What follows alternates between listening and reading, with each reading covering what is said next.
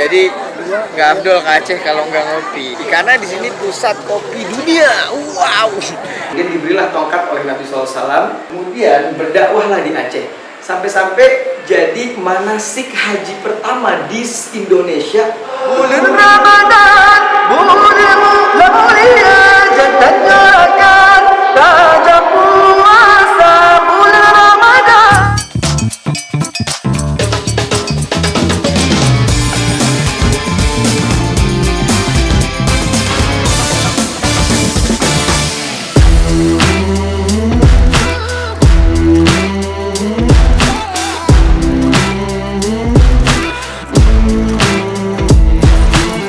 Jadi ini kita lagi di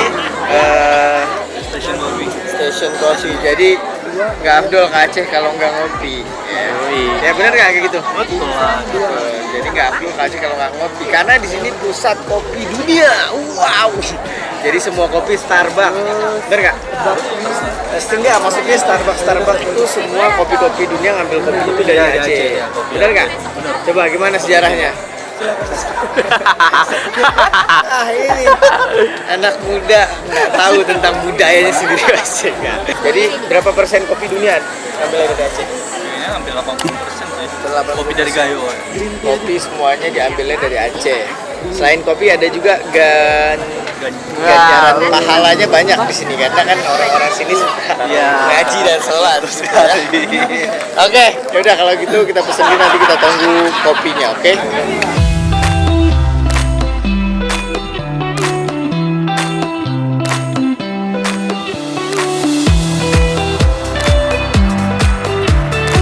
Tapi tadi acaranya tuh seru banget ya. Acaranya seru banget di Taman Budaya. Taman Budaya Aceh. Gitu ya. Taman Budaya, Taman Seninya udah ada. Tinggal bioskopnya. Tinggal bioskopnya aja nih, belum ada nih. Aduh, nikmat film nih gimana ya? Harus Medan. Bang, tapi kita mau diskusi santai aja nih. Kenapa sih Aceh tuh nggak ada bioskop? Dulu sempat ada tahun berapa itu bioskop di dekat Blang Padang, namanya teater apa gitu ya kan, teater Aceh. Tapi sekarang ya tahun berapa itu udah ditiadakan lagi. Isu-isunya kan biar nggak ada yang maksiat. Iya, isu-isunya kayaknya ada kedapatan maksiat atau nggak tahu lah ya. Jadi kenapa alasannya masih nggak dibikin bioskop di sini? Kalau menurut lu nih anak-anak muda? Menurut aku sih mungkin kesiapan dari penikmat filmnya ini mungkin belum bisa diatur ya. Misalnya pisah tempat duduk.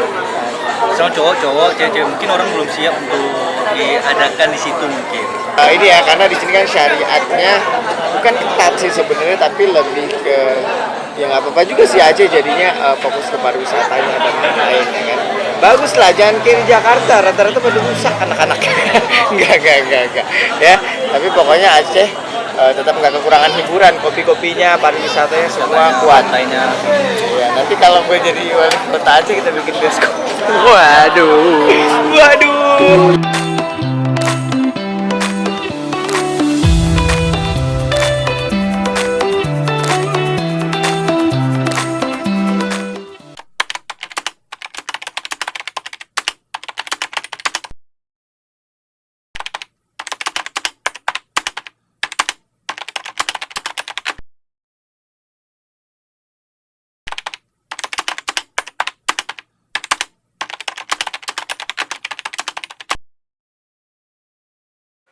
Nah, alhamdulillah tadi selesai ngopi-ngopi kita nongkrong-nongkrong karena ini masih bulan Ramadan, kita nggak boleh sia-siain. Nah, akhirnya sekarang saya teman-teman sampai di masjid di Banda Aceh.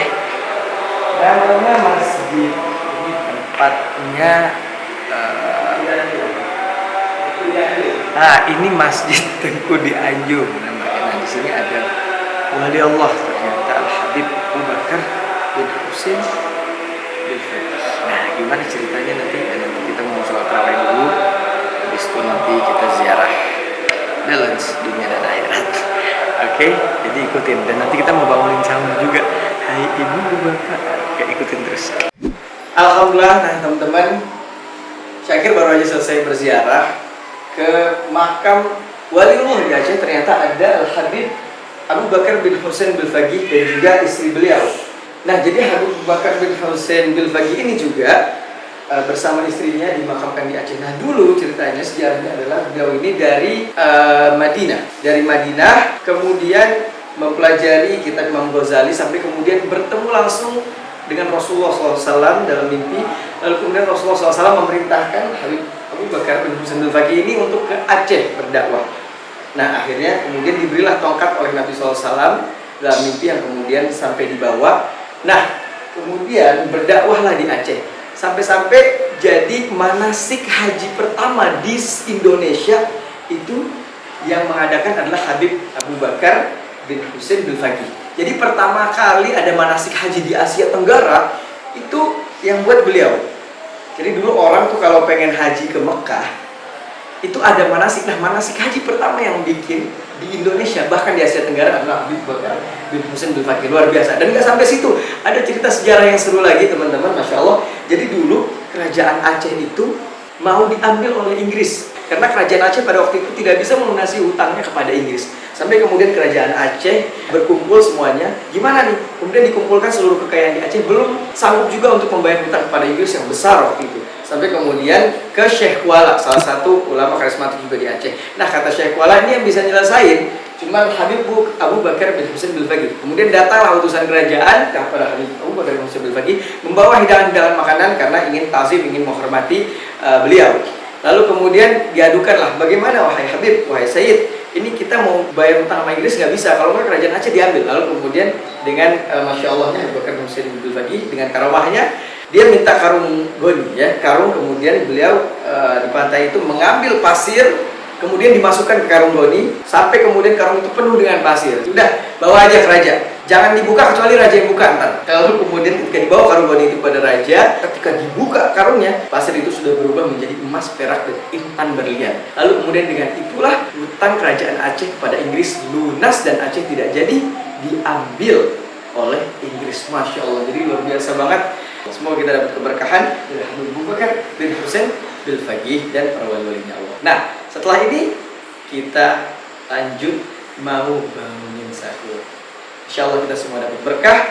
Dengan cinta kita kepada orang soleh membuat kita semakin semangat mencintai Allah dan mencintai Nabi Muhammad SAW. Assalamualaikum warahmatullahi wabarakatuh. Oke, ini kita udah sampai di masjid dan masya Allah sini udah.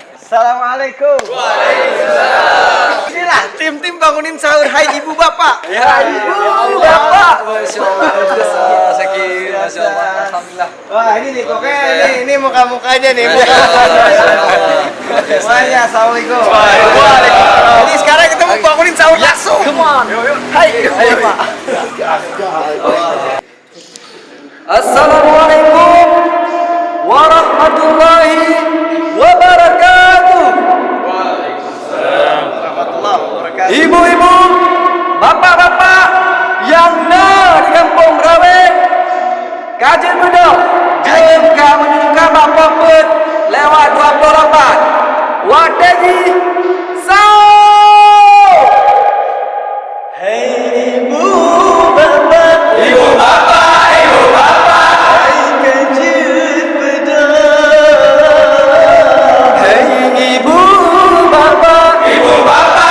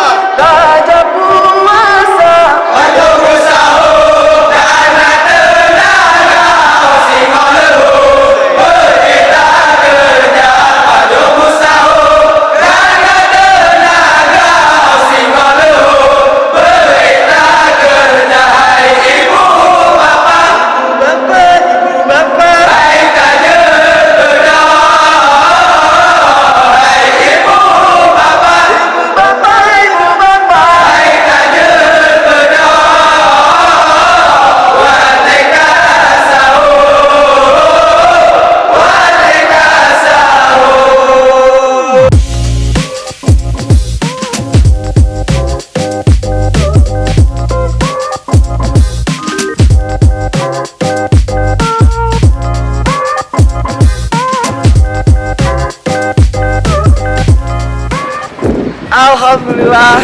Oke, udah selesai kita di Aceh teman-teman, dan gua akhiri dengan sholat di masjid yang menjadi ikon Aceh besar, menjadi ikon besar Negeri Aceh Darussalam, Masjid Baitur Rahman. Yang ini dikisahkan juga bahwa dulu ketika tsunami semuanya terkena ombak air, dan ombak air itu ketika mau nyampe ke masjid ini kebelah, dan semua yang berlindung di dalam selamat, bahkan bukan cuma orang muslim tapi orang-orang non muslim juga semua ikut selamat, bahkan mengucapkan kalimat syahadat setelah melihat mukjizat tersebut teman-teman, keajaiban tersebut. Nah oke, kalau gitu waktu gue balik ke Jakarta sudah tiba. Terima kasih banyak Aceh, dan terima kasih juga kalian udah ngikutin keseharian gue kemarin. Dan sampai ketemu lagi di perjalanan-perjalanan selanjutnya, di traveling selanjutnya. Oke, assalamualaikum.